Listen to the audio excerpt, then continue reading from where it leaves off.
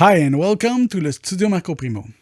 Before I begin, I just want to tell you that I received many questions about Magix Pro X6, and I also received some emails and publicity.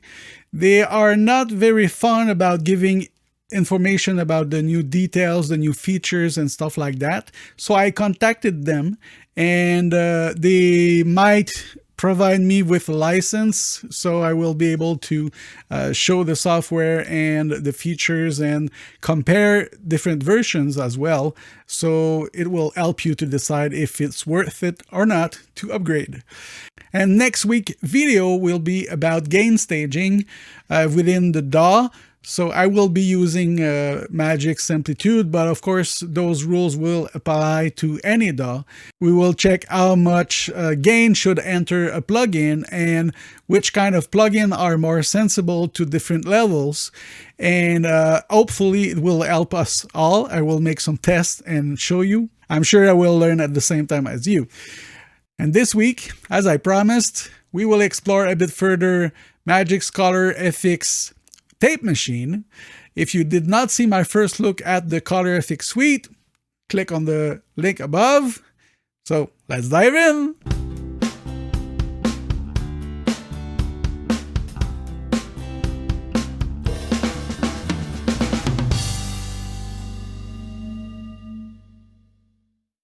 All right, we will start by checking the features offered by Tape Machine. If you let your cursor on something, it will explain what it does. So that's what we're going to start with. The first thing I see is that the window of the plugin can't be resized. So the size will depend on your screen resolution. And after that, there's a few display options. If you go in here to settings, there's show tutorial that will explain the features, but they don't go very deep. And after that, value, so you can change dynamic or value. So here you see percentages instead of a description. Okay. But of course, if you go on something, it will show some measurement, dB and stuff like that. So there's two input display, either input here, which will display the signal that goes in the plugin, and then here how hard the signal will hit the magnetic tape. So that's cool. You can look at both, and you can choose meter, spectrum analyzer, waveform, or loudness for the display as well. But we're gonna stay on meter to see the levels.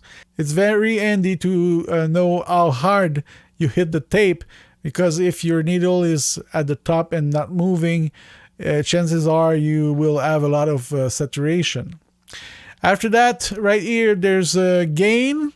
So this adjusts the internal signal that it's the distortion stage. There's an automatic adjustment.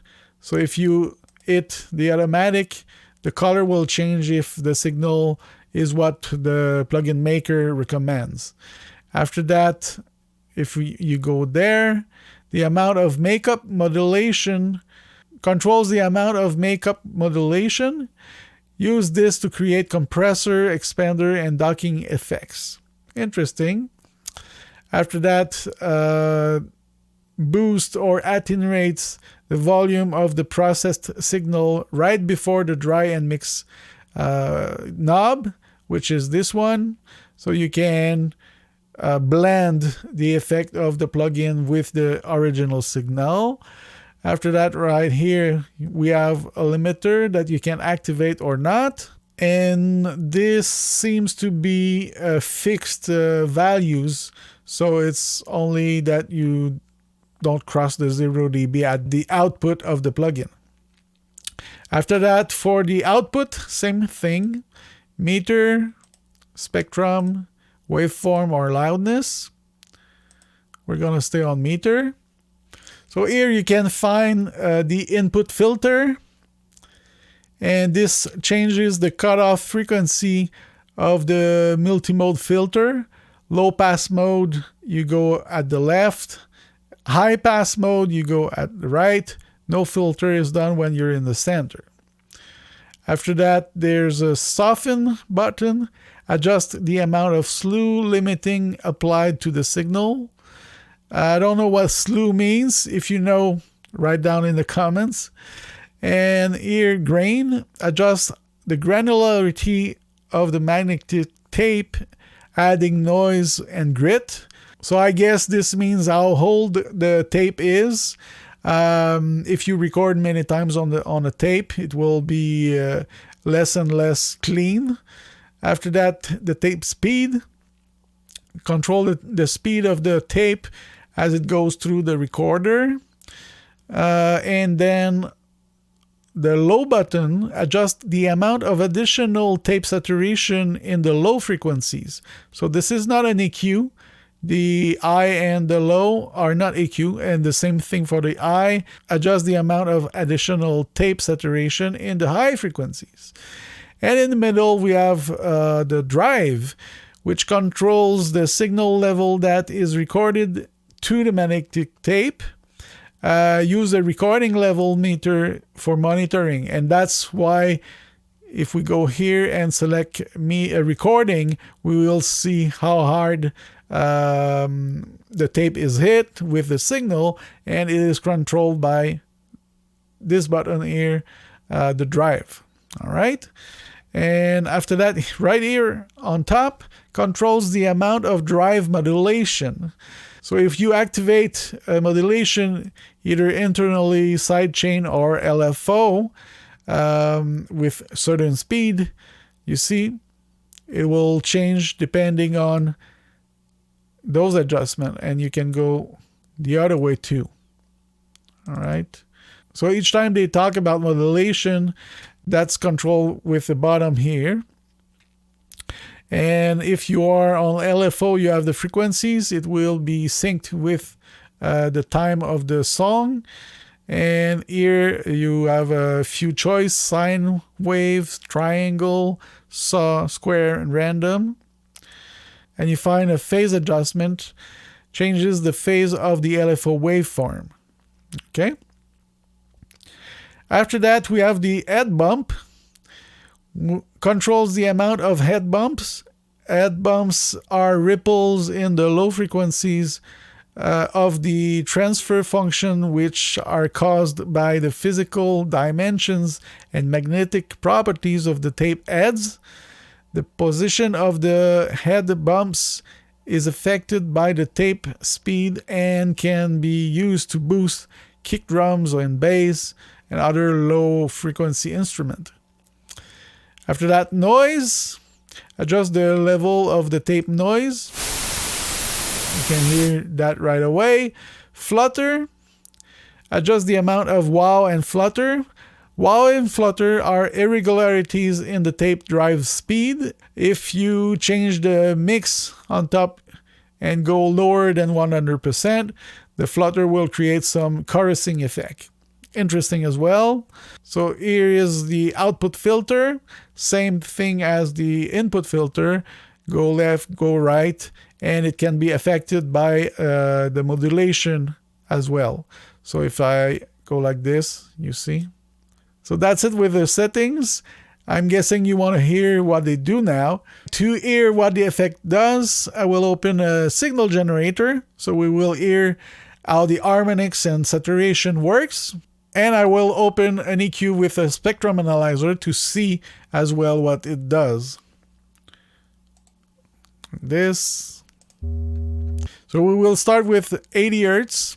And if I bypass the tape machine, you can hear it. And with the tape machine,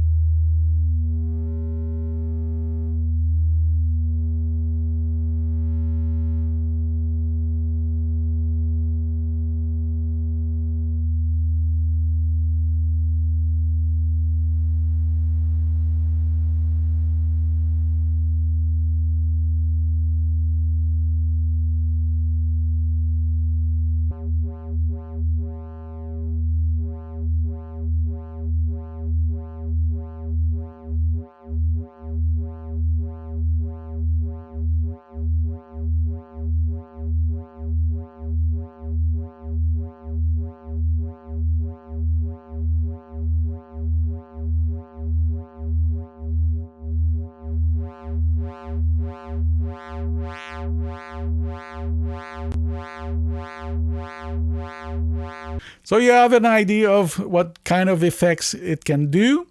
What we can do before going to an instrument is to compare this plugin to others and see and hear what they do and what they do differently.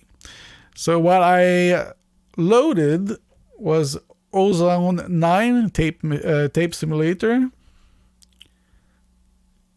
and the Primeau tape simulator as well. Ozone is called Vintage Tape, and this one Primeau Tape Stereo. So I'm going to bypass them all, start the generator, and we will compare them, okay?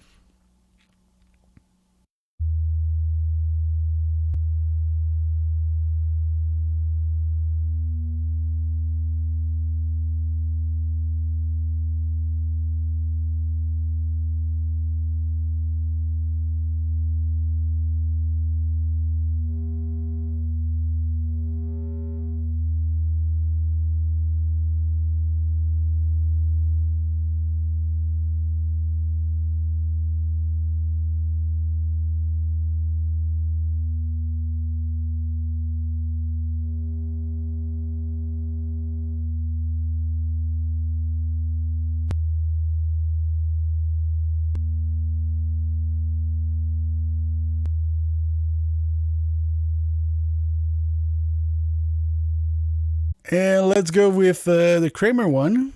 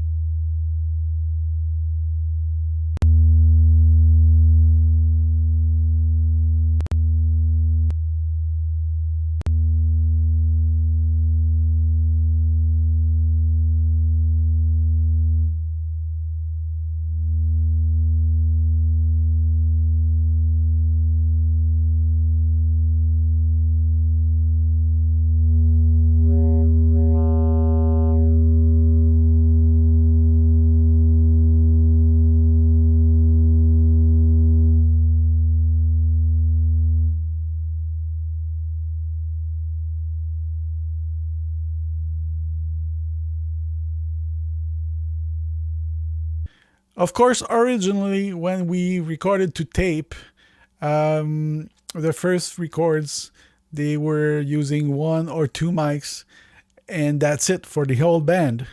So it makes sense to put the tape machine on your Masterbuss. But over the years, they started to have recorders with many tracks, so 8, 12, and 24 tracks, and they were recording on tapes each track separately. So you could also load either your saturation plugin on the buses, the drum bus or the bass bus and the guitar bus and so on, or individually on each tracks. The thing is, when you activate a plugin like this, it takes a lot of CPU and resources. So you need to be careful how many instances you load in your project. So I'm going to start with on the main bus, and you can hear some different sounds. I will make a loop in the song. The song is a cover song that I did of What's Up. The link is there if you want to hear the whole thing. This is the pre-mix version, so it's not completed and mastered. But that's when you want to use that tape machine effect. And I'll say, hey, yeah, yeah. Hey, yeah, yeah. I say, hey, what's going on?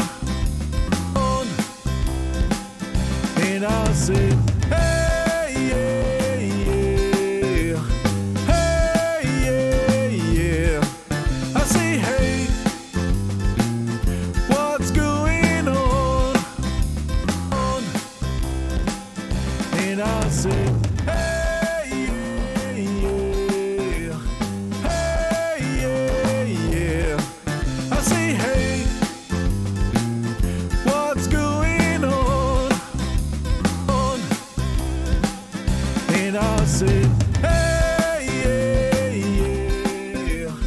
Hey, yeah, yeah. I say, hey, what's going on?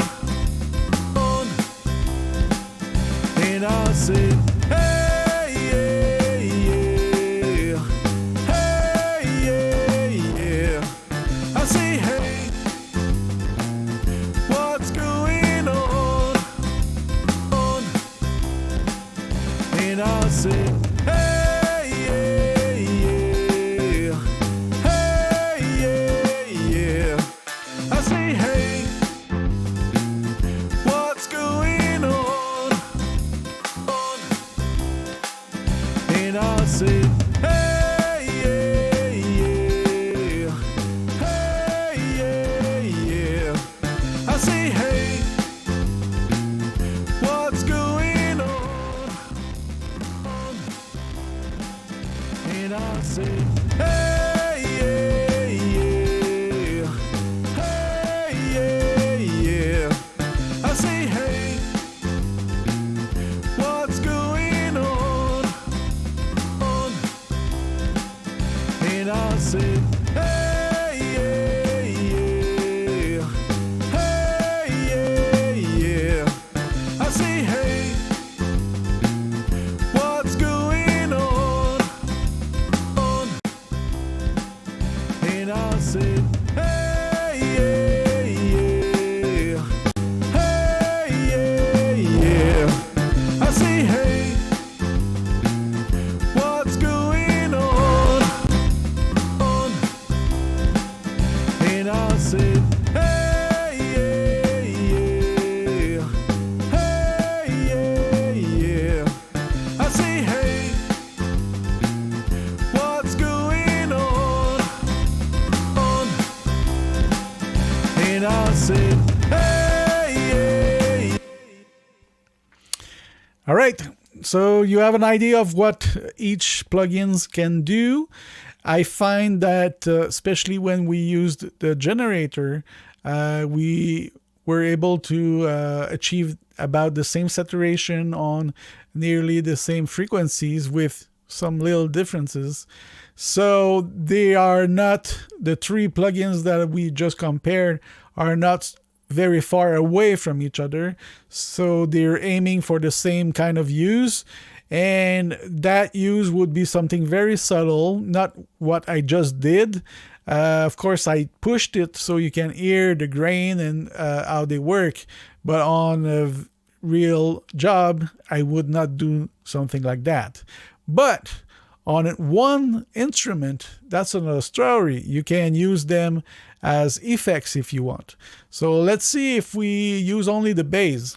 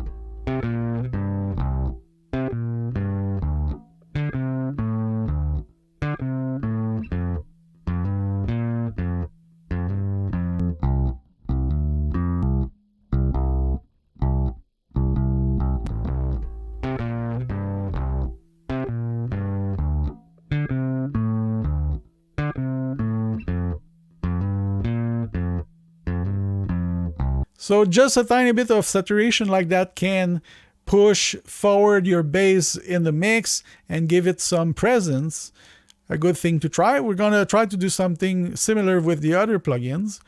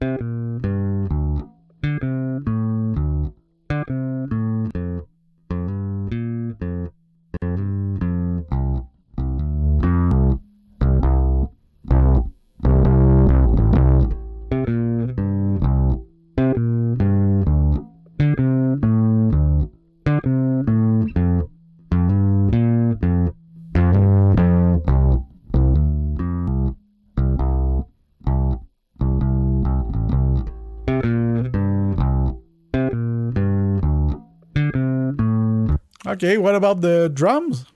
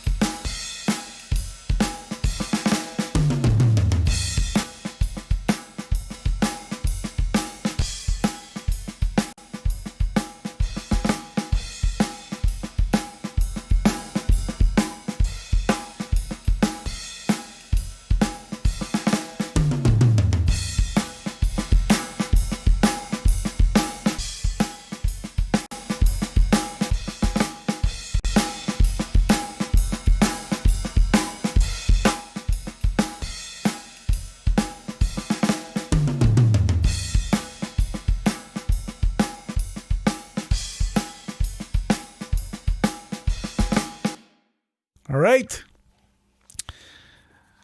On vocals, maybe. And I said, hey, yeah, yeah. Hey, yeah, yeah. I say, hey, what's going on? And I said, hey, yeah, yeah. Hey, yeah, yeah. I say, hey, what's going on? And I said, hey, yeah, yeah. Hey, yeah, yeah. I say, hey, what's going on? And I said, hey, yeah, yeah. Hey, yeah, yeah. I say, hey, what's going on? And I said, hey, yeah, yeah. Hey, yeah, yeah. I say, hey, what's going on? And I said, hey, yeah, yeah. Hey, yeah, yeah. I say, hey,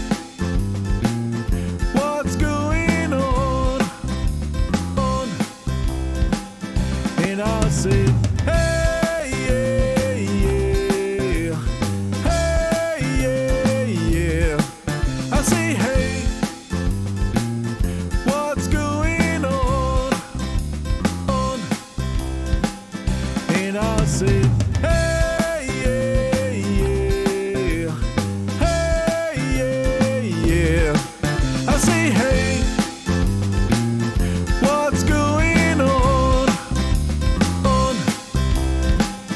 And I said, hey, yeah, yeah. Hey, yeah, yeah. I say, hey,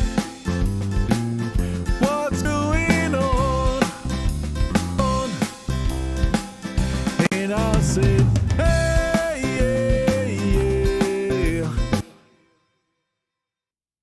So I hope that you like what you heard. I must point out that Magix gave me a license, but I'm not forced to say anything good about it. I can tell you my own opinion. You saw it. I compared 3 different similar plugins. I think that Magix does a really good job with the tape machine. Not only you can make it sound like a real tape machine, but also they gave us some possibilities, some versatilities to make some special effects with it, choruses and stuff like that. So tell me what you think in the comments. I hope you liked this video. If you did, please click on the like button, consider subscribing, hit the bell to get notifications, and share my videos. It's always a great help.